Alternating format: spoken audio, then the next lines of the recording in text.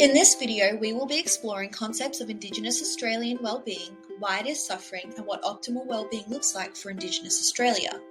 We will be exploring these questions through the case study of Wilcannia, a small remote town in New South Wales. But firstly, how do you define your own wellbeing? It's a difficult term to define because of its many variations.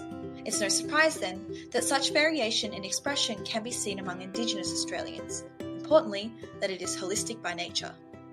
Holistic well-being encompasses 5 dimensions: physical, mental, social, emotional, and spiritual well-being. Unfortunately, Indigenous well-being is far from this optimal state. Currently, Indigenous Australians die up to 9 years earlier than their non-Indigenous counterparts, and the leading cause of mortality is mental illness, with suicide accounting for 3,000 deaths per year. Illness such as cardiovascular disease and cancer are also much higher too. Incarceration is also concerning given the fact that Indigenous Australians make up about 3% of Australia's population, but account for 27% of all inmates. Domestic violence is also incredibly high, with Aboriginal women 45 times more likely to be assaulted.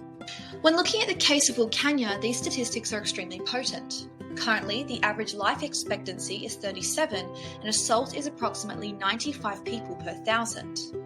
The case of Wilcannia is not uncommon and highlights the epidemic of ill well-being in Indigenous communities. So, can we change this? Well, in the past, theories in psychology have been used to implement health and well-being change. However, the programs with the best outcomes are those that improve a connection to country. Connection to country allows Indigenous communities to live in a fluid state of holistic well-being. Intervention-wise, this is a relatively new way of attempting to mend Indigenous well-being, but it seems to be working.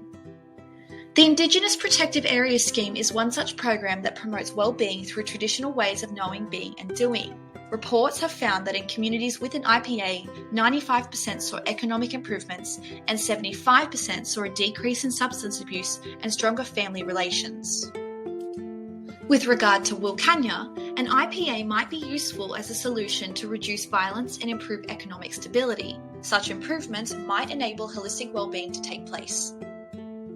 So, what is the take-home message? Well, we know Indigenous Australians experience much poorer well-being. This is evident in the case of Wilcannia, illustrating how substance abuse, violence, and mental illness can greatly affect community well-being.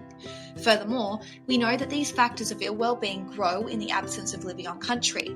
However, this crisis can be targeted implementing schemes that promote living on country, such as the IPA. This enables holistic well-being to take place through traditional ways of knowing, being, and doing. Created using Powtoon.